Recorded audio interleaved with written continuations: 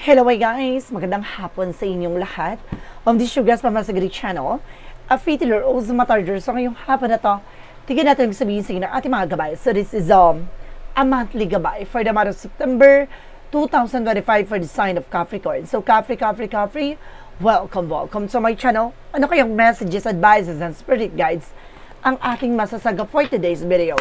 Kanina kayang energy or kaganapan sa buhay ng mga Capricorn ng ating mga hagilap. So guys, this reading is a general reading lamang, hindi lahat makaka-resonate.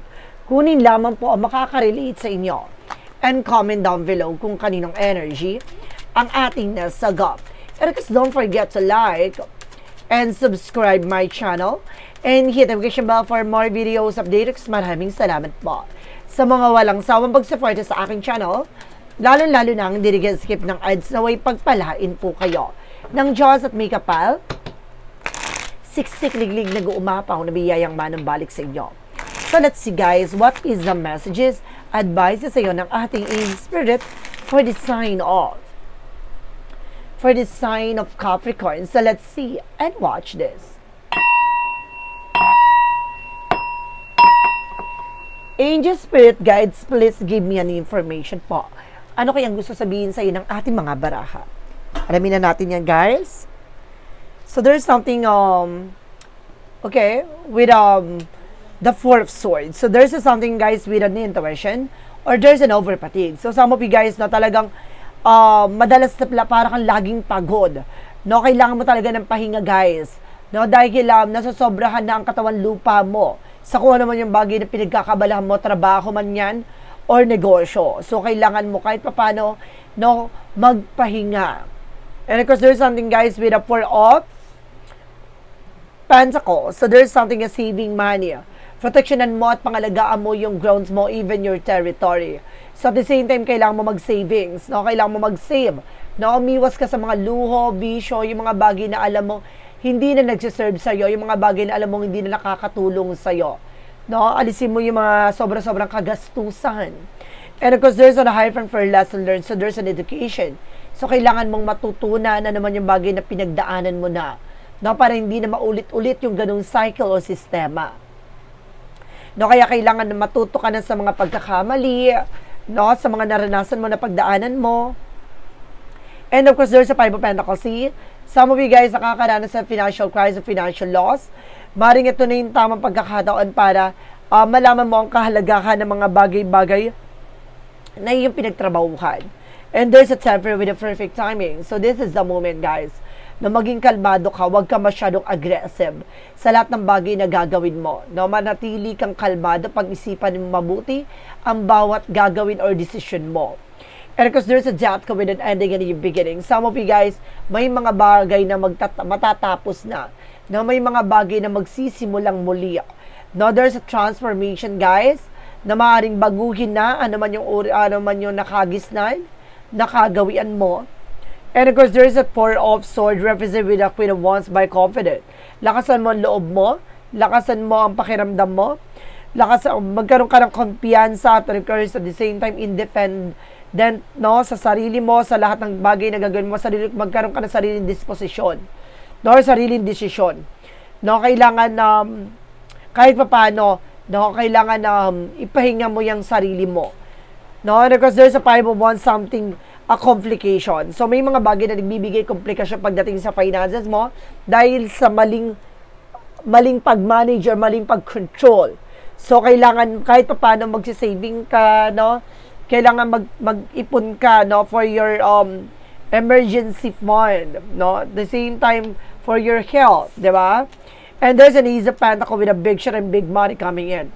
No, may malaking oportunidad, malaking perang paparating sa'yo. Basta matuto ka lang sa mga pinagdaanan mo dahil marami pang malalaking oportunidad na papasok sa buhay mo, guys. And there's a Seven of Pentacles with a harvest moment. Huwag ka mag-alala. No, lahat ng bagay na pinagpaguran mo, makakamtan mo yan. Some of you na sobrang ka kasi sa pagtulong. No? Hindi ka kasi makahindi. So, kaya gano'n, na dami na sayang. So, ngayon, matututo ka ng pag-ingatan na naman yung bagay na yung pinaghirapan. And there's a Four of Wands by celebration. Some of you guys, no, talagang makakaranas ka ng mga celebration, no, gathering, no, events, birthdays, maaaring mayroon ka mga dadaluhan dito. So, kailangan matuto tayong piliin lang. No, yung pupuntahan natin, alam mong hindi ka magkagastusan ng malaki. No, alam mong hindi ka malalabasan ng maraming pera or magagastusan ng bongga. And there's a 6 of Wands for victory. Magtatagumpay ka. No, matatapos ang kahirapan mo. Matatapos na lahat ng mga suliranin mo at mga obligasyon mo. So there's something, guys, with the 3 of Wands. The waiting is over. Some of you may hinihintay ka. Paper, documents, there's a possible na makuha mo na. No, mararating mo na naman yung bagay na yung ninanais. So, kailangan mo talaga ng tamang pahinga din dito talaga. No, there's a 2 of Wands. Piliin mo lang yung mga bagay na alam mo nakakatulong sa'yo. No, wag mo lahat i-grab. No, kasi there's a multiple choices and multiple options, but you need to do something na alam mong hindi ka madedehado. Alam mong hindi ka maiipit, alam mong hindi masasayang yung effort mo. And of course, there's a Page of Cups. Makinig ka sa intuition and gut feeling mo. So, lahat ng bagay na to ay masisense mo, mararamdaman mo kung ano yung kailangan mong gawin. And there's an 8 of Wands with a past communication, past movement. Na magkakaroon ng changes, development, travel, transactions. No? Marami pang eksena na magaganap dito na magdadala sa'yo ng maraming pera, malalaking pera. Pero pag-ingatan mo lang, no, how to spend. No, be wise. No, there's a strength of it, confident. Lakas mo loob mo.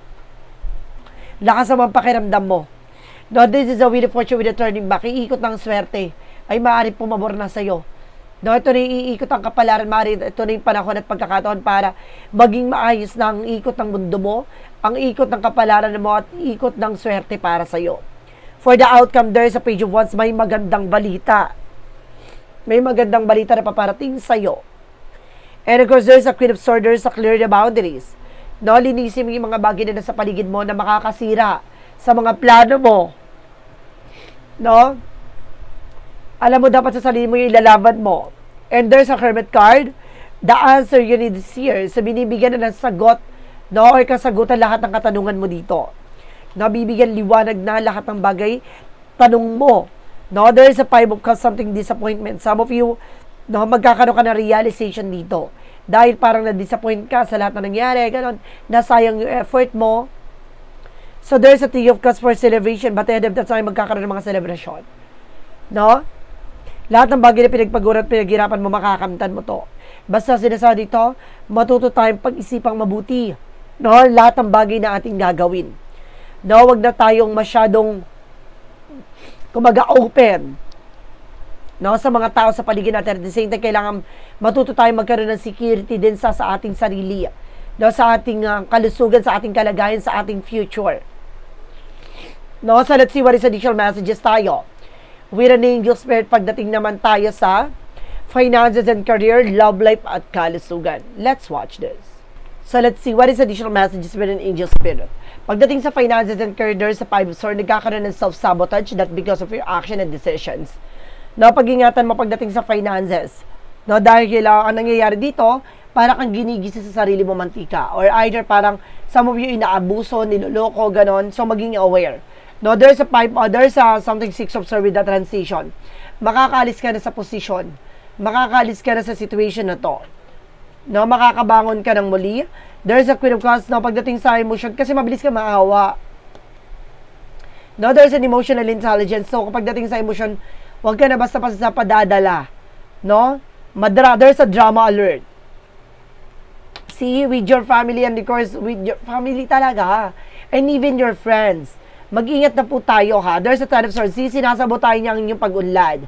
No, hindi ka nag-grow that because of your obligation or responsibility na hindi mo naman dapat. 'Di ba?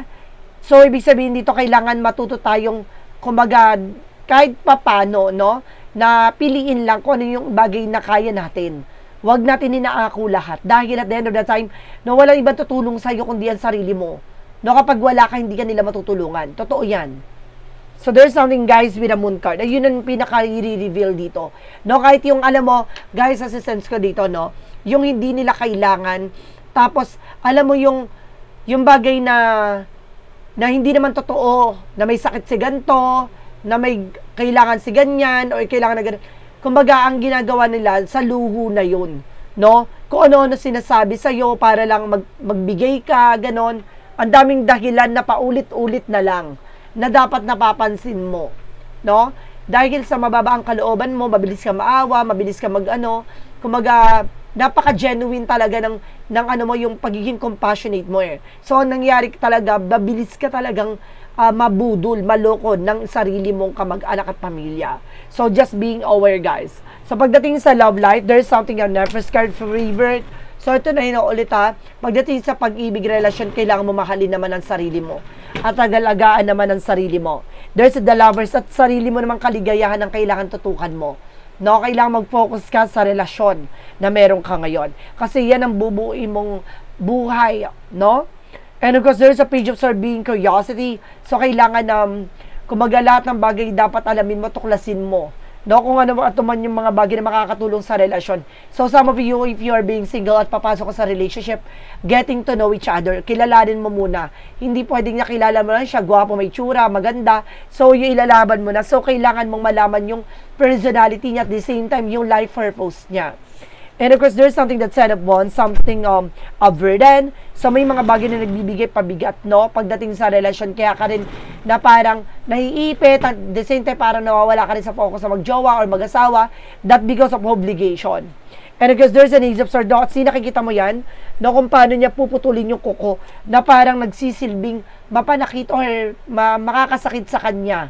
No? Magiging sugat at magiging pilat. So, kailangan mo maging wise this time. No, binibigyan ka na maliwanag na kaisipan dito na kailangan naman putulin yung mga bagay na nakaugalian o nakasanayan na. And there's a Knight of Cups, there's an offer. No, dito darating yung offer that brings you with a higher level of commitment. No, maaaring some of you guys, sa bagay na nalaman mo, natuklasan mo, natutunan mo, mas lalo ka ng yayabong at mas matututo ka mo ng magmahal at mahalin ang sarili mo. So, pagdating sa kalusugan mo, there is a Two of Swords. No, some of you nagkakaroon ka din ng indecision, nahihirapan ka na mag-decide, no, naguguluhan ka, there's a Devil card. So, it means, guys, meron pa dito kung nakita na may gumagawa sa'yo ng hindi maganda. No? Kaya siguro din nagkakaleche-leche na tuwing magkakaroon ka ng jowa or makakarelasyon, no, ay maaaring inahadlangan nila. No, ayaw nila na magkakaroon ka ng attention sa ibang bagay. No, gusto nila yung focus mo na sa kanila lang. So, there's something they came in. Kaya ka lutang balisa. Mo? Ibig sabihin, mabilis ka talagang guluhin yung utak mo nila. Ibig sabihin, it's either ginagayuma ka or kinukulam ka ng taong sarili mong kamag-anak o pamilya. And there's a Page of Pentacles, invest wisely. So, mag-invest ka dito ng mga bagay na kailangan mo for your own. No, sa sarili mo. At kumain ka rin na masusustansyang pagkain. And of course, there's a Sun card. Lahat ng bagay na ito liliwanag, lilinaw. No, malalaman mo ang pinakapulot dulo at malalaman mo lahat ng kaganapan na to. And of course, there's something, the Ace of Cups. No, see? Pagdating sa kalusugan mo, konektado talaga ang love life dito. Ibig sabihin talaga, once na magkakaroon ka ng love life, kung ano-ano mararamdaman mo. Kung ano-anong mararanasan mo. So guys, let's see what is additional messages about naman tayo with the Magic of Fire messages, advices, and of course, the pick a card, yes or no. So guys, kung bago ka sa channel ko, ang pick a card, yes or no, pwede ka magtanong. No, isa lang ang magiging sagot dyan within 1, 2, or 3. Pipili ka dyan na magsisilbing sagot mo. At comment down below kung ano number na pili mo at malalaman mo sagot sa dulo na reading na to. So guys, maraming salamat din po pala sa mga nag-share ng aking videos sa anumang uri ng social media platforms. Maraming salamat po. At maraming salamat po sa mga solid subscriber and followers natin dyan. At of course, sa mga bagong subscriber and followers, maraming salamat po. And of course, there's a power of the deck with an Three of Pentacles. So, just being wise sa trabaho mo, sa kinikita mo. No, there's a Three of Pentacles about sa collaboration. Mag-ingat tayo sa mga tao nakakasalamu at nakakausap natin. So, guys, let's see what is additional messages, advices. So, let's watch this. So, guys, we're back. Nandito na tayo with the Magical Fire messages, advices. So, let's see. So, there's a vegetarian. See, I told you, kailangan na more on veggies, more gulay. no, para ma-detoxify lahat ng mga toxin mo sa katawan. There's a walking away. Sa may mga bagay talaga na kailangan mo na pakawalan yung mga hindi na healthy sa situation mo. Leave the unhealthy situation and enjoy the new doors that open a result. Talagang bubuksan na panibagong pintuan or panibagong mundo mo. And there's an easy does it. No? Stop trying so hard to control this situation. Na wag mong kontrolin yung isang sitwasyon, hayaan mo siya mag-unfold. Naturally, hayaan mo siya mangyari. What is the yin and yang oracle card? There is a seeds, no? May, ibig sabihin dito, may binhi, no? Maaring kung ano naman yung bagay na itinanim mo, siyang aanihin mo. And because there's a structure, no? Kailangan mo mag-set ng solid boundary sa sarili mo nang sa ganun hindi ka magigiba or matitinag ng ninuwan basta-basta. And of course, there is a transformation with the Pluto. No, some of you guys talaga unti-unti na magbabago ang situations mo at ang eksena mo. What is the synchronicities represent what? There is a soulmate. No, maaring connected kayo with a soulmate connection. And of course, there's a reflections. So may mga bagay dito na maaring, kung naman yung bagay na gagawin magre-reflect sa'yo, kailangan mag-ingat ka. No? So kailangan pag-ingatan mo yung bawat decision. There's a night vision. So ibig sabihin, nagkaroon ka na ng hinala, no? May mga panaginip ka, no, na maaaring tumutugma sa nangyayari sa kasalukuyan. So ngayong buwan ng September, ito yung buwan ng parang kamalayan mo or magigising ka na sa katotohanan or kailangan mong mamulat sa lahat na nangyayari sa'yo.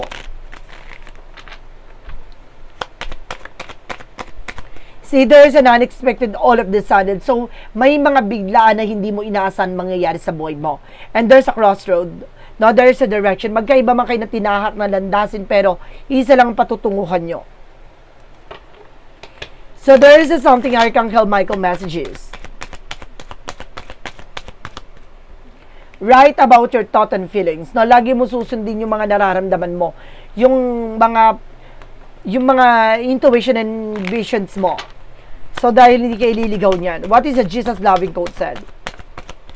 A Jesus loving quote said, let not your heart be troubled, neither let be afraid.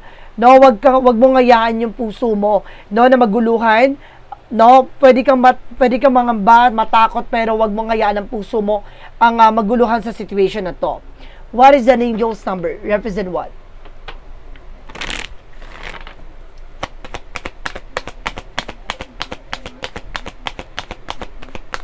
What is an angel's number? The angel's number represents with a 1001 spiritual awakening. See? Talagang ginising ka eh. No? Gigising ka talaga dito. A new phase is a religious or spiritual guest. You're going through a spiritual awakening which can feel like the dark night of the soul. You are the part of the enlightenment. And this too shall pass. So, makakapasa ka dahil magigising ka na sa bangungot ng nakaraan. Ngayong buwan na to ng September ay maaaring mamulat ka na at mumulating ka sa lahat ng bagay na nakagisnan at nakagawian at gigising ka sa katotohanan. With a Money Oracle deck. And there's a flexibility. So, see, you are also multitasker. No? Kaya kailangan, kumbaga lahat ng bagay na to, parang gusto mo magawa, no? Versatile ka sa eksena na yan. There's a shadow work represent what?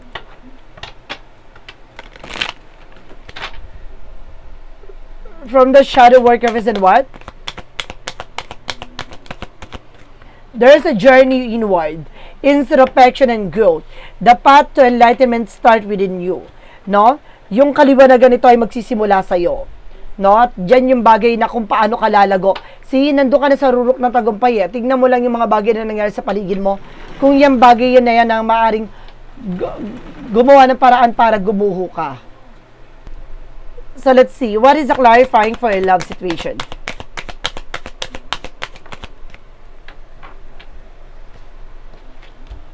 There is a mapping the way. Explore love and unearth unexpected treasures. See, marami kang matutuklasan. No, ito yung tamang daan. No, ito yung tamang daan para malaman mo ang kahalagahan ng iyong sarili. Oh my God, ang ganda. So, there is a what lies beneath your future. Alam mo guys, parang feeling ko, ngayong buwan na to, magigising ka sa kamalayan. No, parang matatauhan ka this time. What lies beneath the future?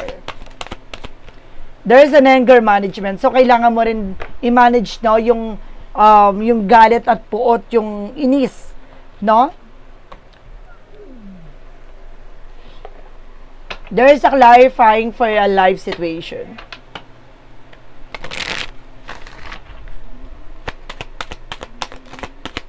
There is a just go with it. Embrace the spontaneous and trust the journey, remain open to unexpected twists, and turn along the way. Diba? So, sinasabi dito, kung magagawin mo yung bagay na karapat-dapat mong gawin, magtiwala ka sa tinatahak mong landasin, dahil nasa tamang eksena ka na sa tamang landasin ka, huwag kang mag-alala. There is a part of the light, represent what?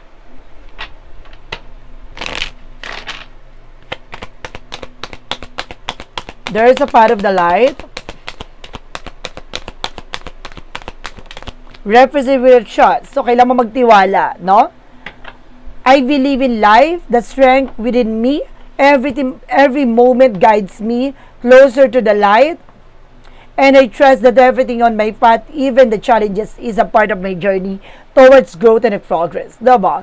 Kumaga parte talaga ng buhay na yan. Minsan nadadapa tayo, minsan kung ano nararanasan natin, at minsan talaga, no, pinagtataksilan tayo ng mga taong tinutulungan natin. So, hindi mo lang alam na yung mga tao na yan na imbis na gumanda ang sitwasyon mo at maging maganda rin ang sitwasyon nila, no, ang nangyayari, inaabuso ka nila hanggang sa tuluyan kang mawalan ng eksena, no? Parang gusto nila lahat ng bagay na pinaghirapan, pinagpaguran mo ay mawala, no? Makuha nila. So, yun ang nasa utak lang nila. So guys, this is a pick, let's proceed tayo with a pick a card, yes or no. Alamin natin magiging sagot sa tanong mo.